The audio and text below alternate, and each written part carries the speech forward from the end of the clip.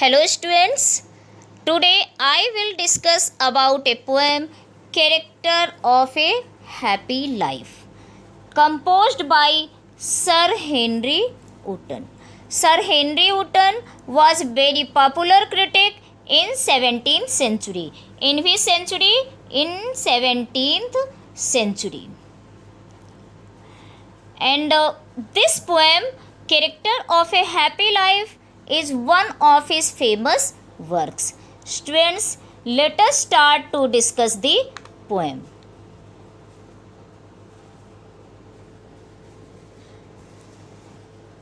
Character of a Happy Life. This is the title of this poem. Character means virtues, quality, characteristics. Happy life के क्या qualities होते हैं, क्या characteristics होते हैं. This point is described in this poem by the poet. Poet ने इसी point को फोकस करके ये पोएम लिखी है. फर्स्ट लाइन देखते हैं. How happy is he born और taught. Second, that serveth not another's will. How happy is he born और टॉट. वह व्यक्ति जो जन्म से ही सीख लेता है कि दूसरों की इच्छा के अनुसार, अनदर्स विल, दूसरों की इच्छा के अनुसार अपने आप को सर्व नहीं करना है, दूसरों के हिसाब से नहीं चलना है. वह अपनी इच्छा का मालिक खुद होता है और यही उसके लाइफ के हैप्पीनेस की है. तो उसके लाइफ की, एक प्रसन्न व्यक्ति के लाइफ के हैप्पीनेस की जो की है वो क्या है? सर्थ नॉट अनदर्स विल. दूसरों की इच्छा के हिसाब से अपने आप को ट्विस्ट नहीं करना है, दूसरों के हाथ में अपने माइंड का, अपने हार्ट का रिमोट नहीं देना है. यानी अपनी इच्छा का मालिक खुद बनना है, अपनी मर्जी का मालिक खुद बनना है और यही हैप्पीनेस की है. तभी व्यक्ति खुश रह सकता है. So in the beginning of this poem the poet says a happy man never serves and does according to others' order and wish. He himself is the master of his senses. वह अपने senses का master खुद होता है. Whose armor is his honest thought. जिसके ईमानदारी पूर्ण विचार ही उसके सुरक्षा कवच है. उसकी सच्चाई सदा उसकी रक्षा करती है, प्रोटेक्शन देती है. Here armor means safety guard, means safety cover. तो उसके जो ऑनेस्ट थॉट है, ईमानदारी पूर्ण विचार है, उसकी ऑनेस्टी है, वही उसके लिए आर्मर का काम करती है, वही उसको प्रोटेक्शन देती है. Next line. And simple truth his utmost skill. साधारण और सामान्य से लगने वाले सत्य ही उसके जीवन की बहुत बड़ी कुशलता है, स्किल है, जो कि सबके पास नहीं आती है. सत्य बोलने में means to speak truth is his skill. उसमें ये क्या होता है? एक्सपर्ट होता है. यानी वह सत्य बोलने में एक्सपर्ट है, स्किलफुल है. एंड अगर हमें इस फर्स्ट स्टैंजा का एक्सप्लेनेशन लिखना हो, because there will be a question in your question paper for explanation. Explanation के लिए क्वेश्चन आपके क्वेश्चन पेपर में होगा. Then how will you write down reference to the context with explanation. आप reference to the context और explanation कैसे लिखेंगे? इसको लिखने के लिए सबसे पहले क्या करेंगे? You will write down a heading. एक हेडिंग डालेंगे, रेफरेंस टू द कॉन्टेक्स्ट, यानी संदर्भ प्रसंग. और संदर्भ प्रसंग में क्या लिखेंगे in English? I am going to tell you, please listen me carefully.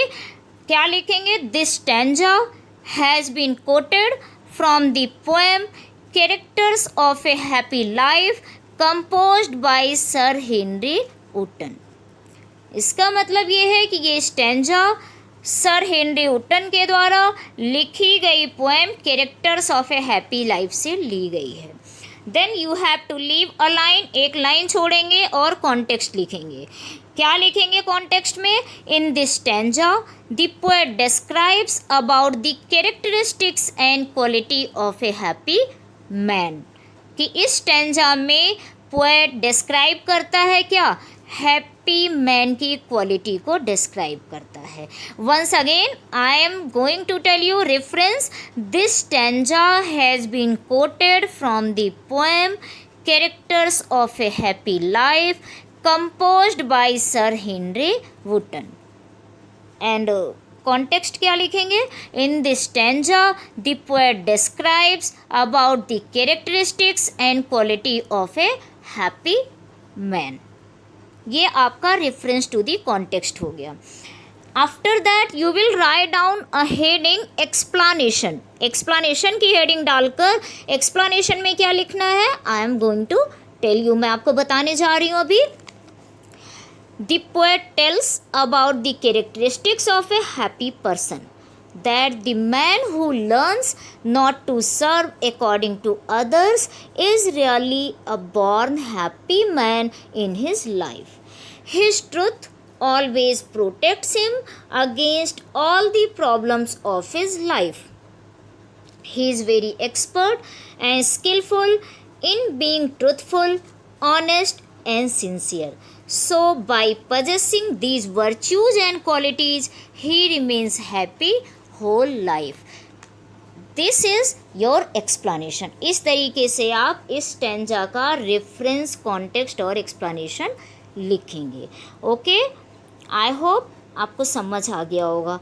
Second stanza देखते हैं।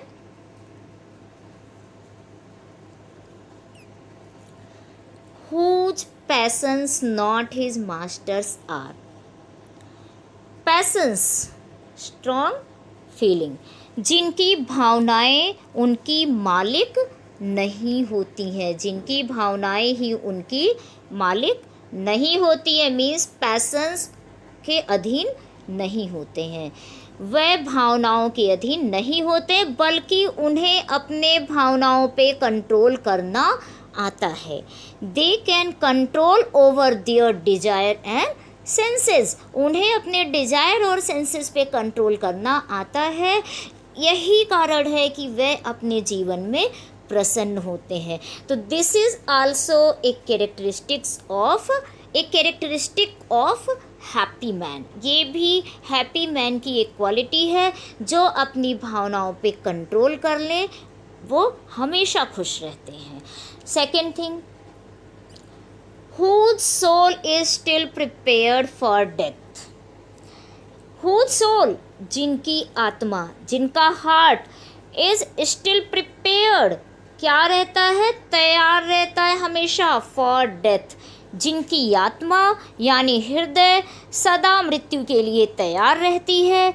मृत्यु जीवन का एक सत्य है, इस बात को वह कभी नहीं भूलता है, इसलिए वह सदा प्रसन्न रहता है। कैसे रहता है? हमेशा खुश रहता है और मरने से कभी भयभीत नहीं होता है।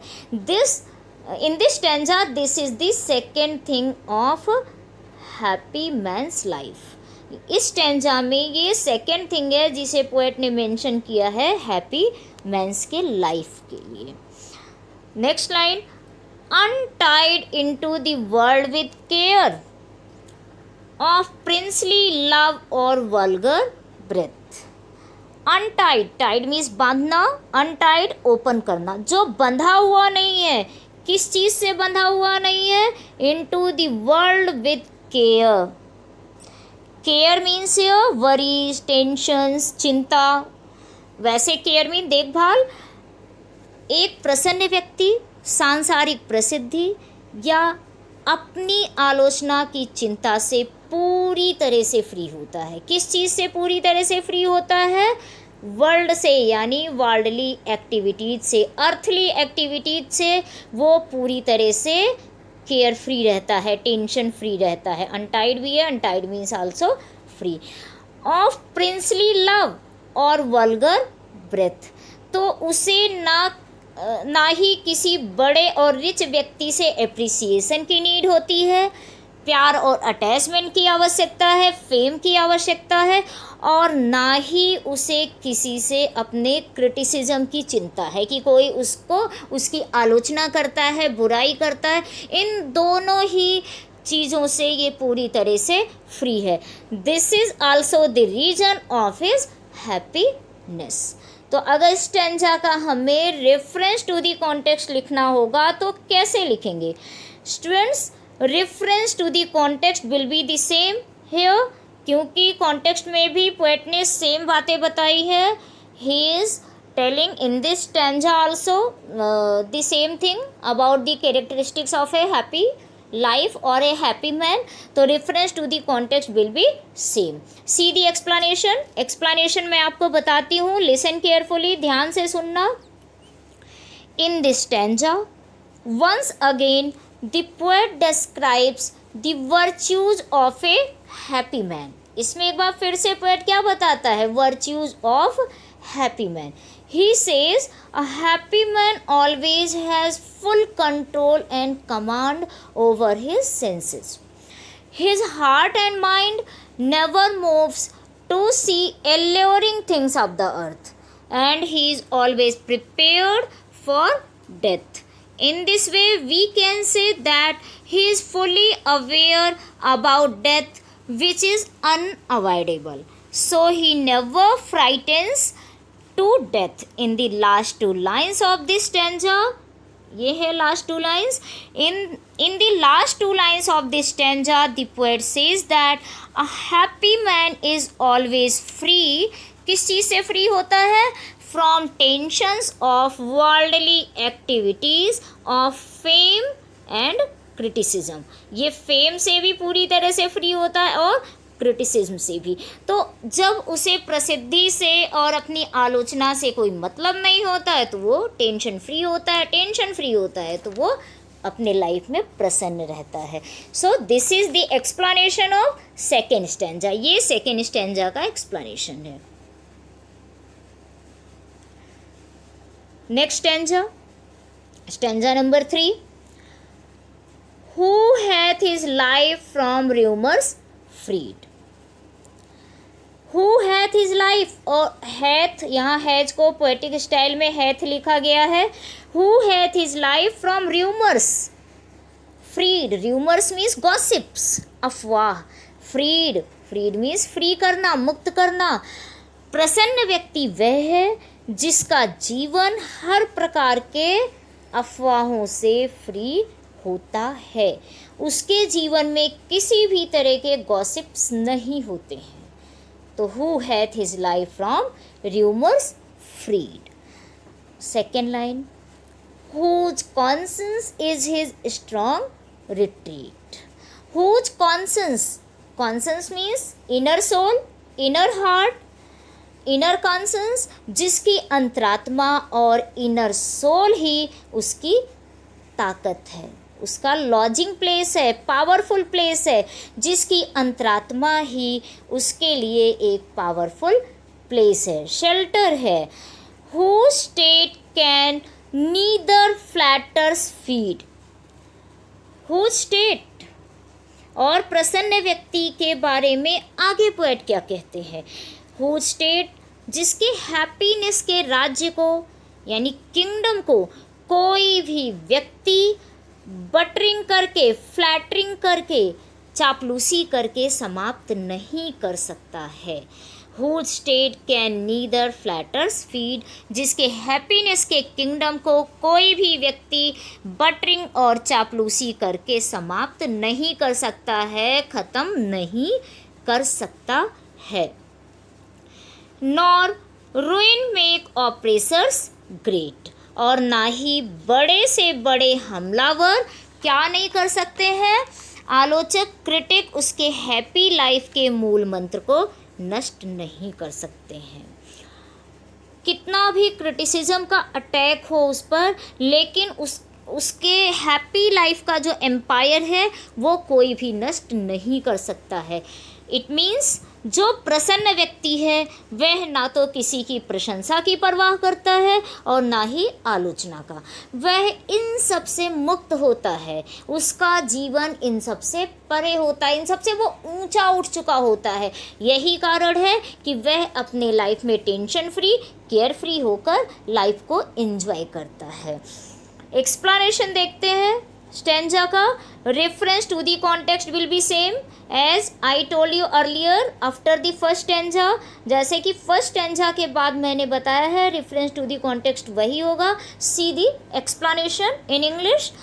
कैसे लिखेंगे मैं बता रही हूँ आपको, listen me carefully. A happy man can never be the victim of A flatterer, he does not care for his appreciation and as well as criticism made by others.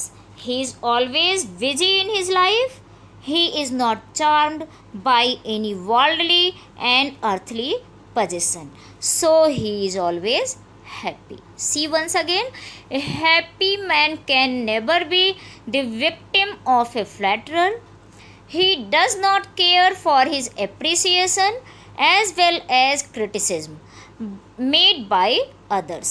He is always busy in his life. He is not charmed by any worldly activities and earthly possession, so he is always happy. यही कारण है कि वह हमेशा खुश रहता है। Next stanza. Who envies none, whom chance doth reach. Who envies, envies means feel jealous, ईर्ष्या करना। Whom chance doth reach, जो लोग संयोगवश, भाग्यवश क्या हो गए हैं, लाइफ में प्रोग्रेस कर लेते हैं। सो द पोएट सेज, जो लोग बाई चांस अपने लाइफ में प्रोग्रेस कर लेते हैं, उन्हें देखकर भी प्रसन्न व्यक्ति को ईर्ष्या फील नहीं होती है और ना ही वह ऐसे लोगों को क्रिटिसाइज करना पसंद करता है, नॉर वाइस, और ना ही ऐसे लोगों की बुराई करता है। वह किसी की भी बुराई करने में कभी भी शामिल नहीं होता है। It means he does not like to criticise to see the progress in anybody's life. Even he never feel jealous. That's the reason he always remains happy. यही कारण है कि वह हमेशा खुश रहता है। Who never understood how deepest wounds are given with praise. How deepest wounds. Who never understood, वो इन सब चीज़ों को कभी कंसीडर नहीं करता, ये इसी लाइन में है। How deepest wounds are given with praise, और वह किसी की झूठी प्रशंसा, praise means appreciation, तारीफ, प्रशंसा, झूठी प्रशंसा करके चोट नहीं पहुंचाता है। He never wounds anybody by buttering and false flattering, झूठी तारीफ करके वो किसी को हर्ट नहीं करता है।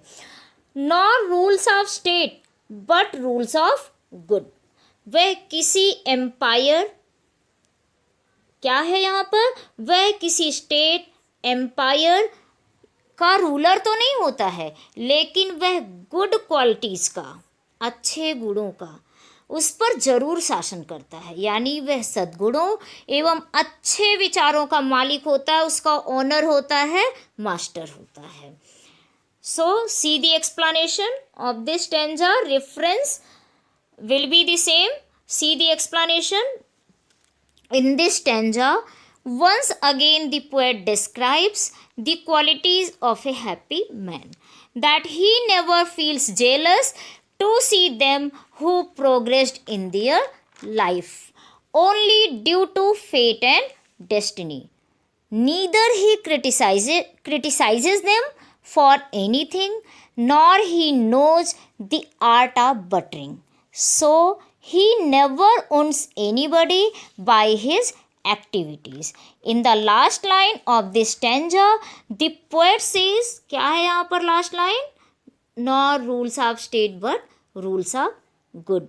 So in the last line of this stanza, the poet says, although he has no state and empire to rule over, but he always rules over good qualities and virtues. लेकिन वो अच्छे गुणों पर हमेशा शासन करता है, because he has lots of virtues in himself. उसमें खुद इतनी सारी क्वालिटीज़ होती हैं कि वो उनका मास्टर होता है.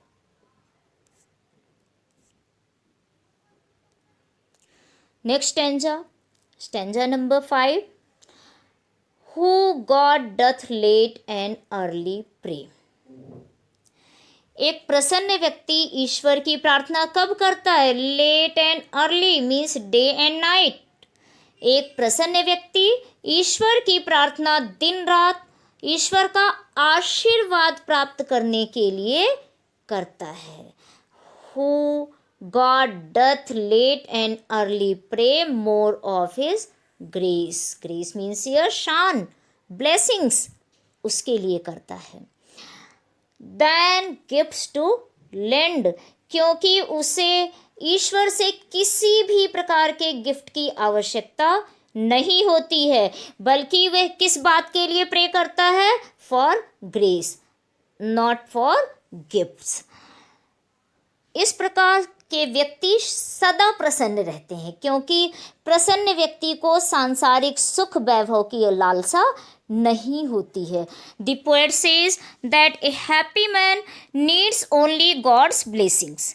ही does not want any earthly gift and possession. उन्हें जो हैप्पी पर्सन है उसे इस अर्थली गिफ्ट और पजेशन की बिल्कुल ज़रूरत नहीं होती है. अगर उसे किसी चीज़ की नीड है तो गॉड्स ग्रेस की नीड है, ईश्वर के ब्लेसिंग्स की नीड है.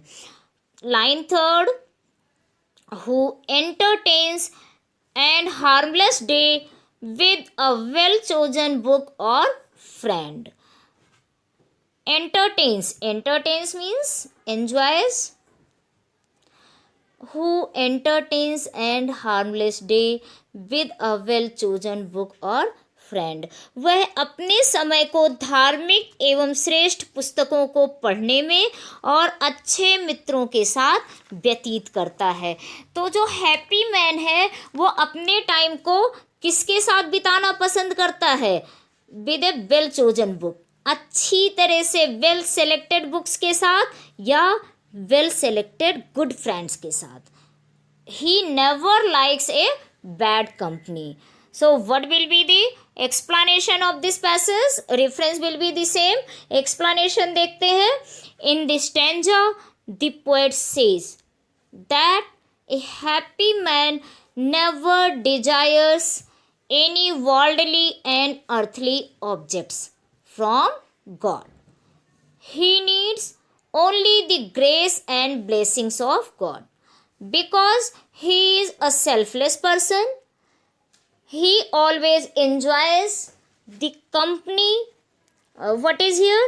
He always enjoys the company of good and noble friends and good books. In this way, he makes himself busy in reading useful books in place of gossips in bad company. Bad company के बजाय वो क्या करना पसंद करता है? Well selected और useful books को पढ़ना पसंद करता है. कौन? अ हैप्पी मैन, एक प्रसन्न व्यक्ति. और यही कारण है कि वह अपने लाइफ में हमेशा प्रसन्न रहता है. Stanza number 6. This man is free from servile bands. This is the last stanza of this poem, and this stanza is very important for the examination point of view. ये examination के point of view से बहुत important है और इस stanza का explanation कई बार पूछा भी गया है. ठीक है, तो इसको ध्यान से सुनना. So please do it carefully. important stanza है ये. This man is free. यह व्यक्ति फ्री होता है किस चीज से? From servile bands. Bands means group. Servile means चापलूस, बटरर. वन हु फ्लैटर्स, जो चापलूसी करते हैं, यह व्यक्ति चापलूसों के ग्रुप से दूर रहता है। वह ना तो अपने लिए चापलूसी सुनना पसंद करता है और ना ही दूसरों की चापलूसी करना। मीन्स दोनों ही चीज़ों से जो प्रसन्न व्यक्ति हैं वो दूर रहते हैं, ना तो किसी की बटरिंग करते हैं और ना ही अपनी की जाती हुई, मतलब खुद की अगर कोई करे तो वो खुश भी नहीं होते, उन्हें पसंद भी नहीं है कि कोई उनकी बटरिंग करे, उनकी चापलूसी करे। ऑफ होप टू राइज और fear to fall. Of hope to rise, उसे ना तो अपने लाइफ में किसी प्रोग्रेस की, राइज मीन्स प्रोग्रेस, डेवलपमेंट, किसी प्रोग्रेस या प्रमोशन की आशा होती है और ना ही डिमोट होने का डर, यानी गिरने का डर। तो जो हैप्पी मैन है उसे ना तो उन्नति की आशा है और ना ही अवनति का भय।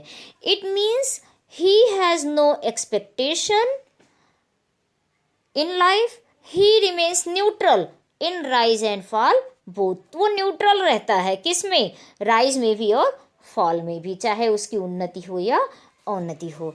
Lord of himself though not of lands.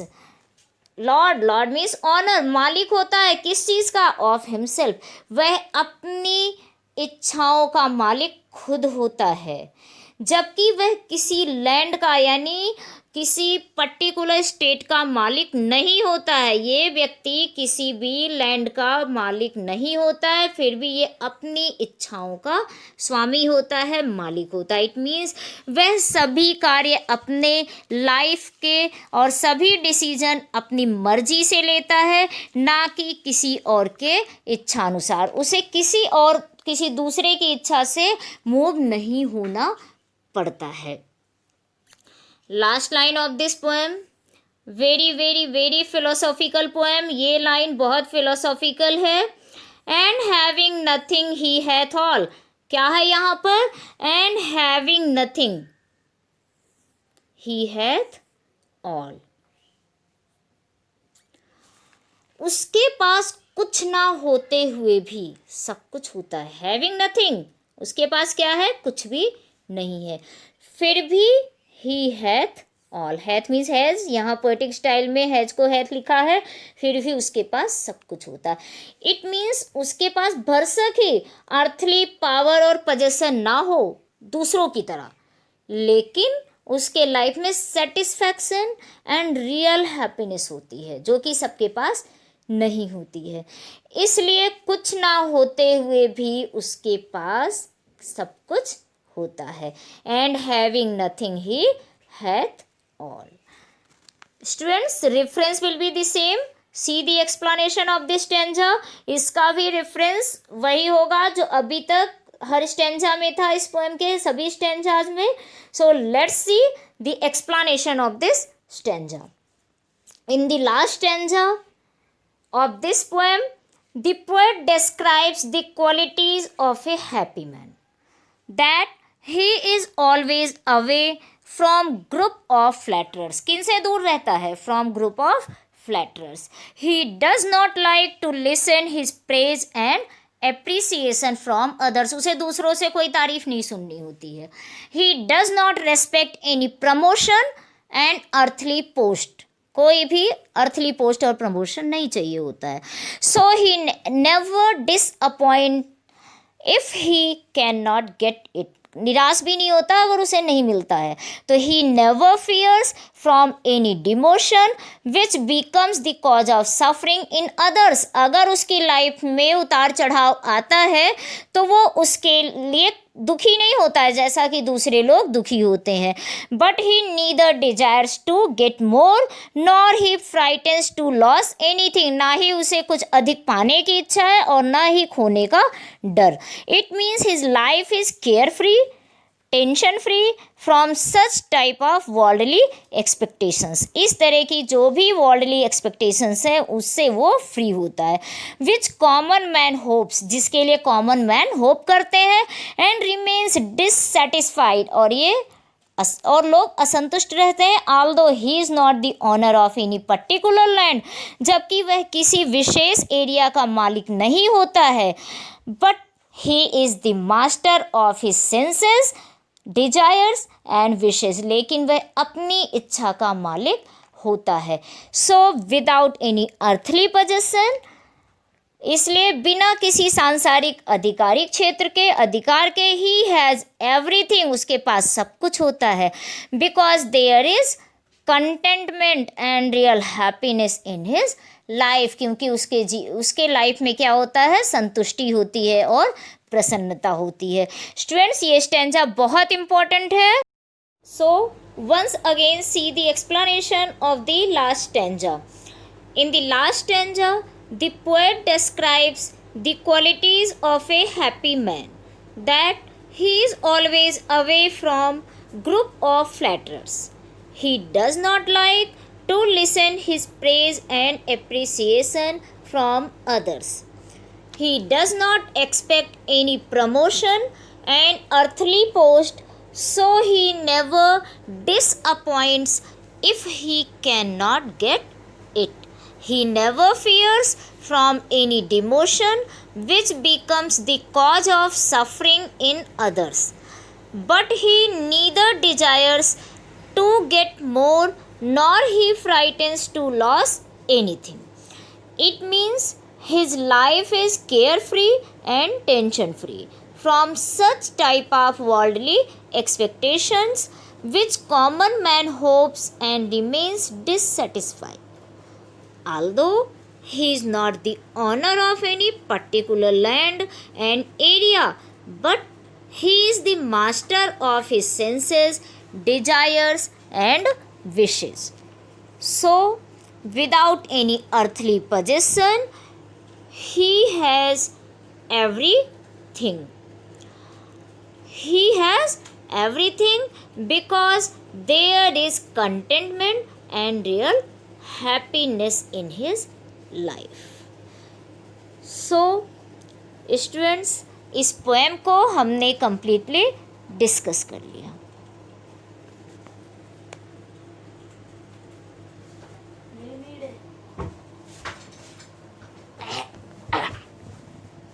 Satisfy हो या अभी भी बैलेंस बिगड़ गया हुआ है? नहीं, मैंने कुछ नहीं किया.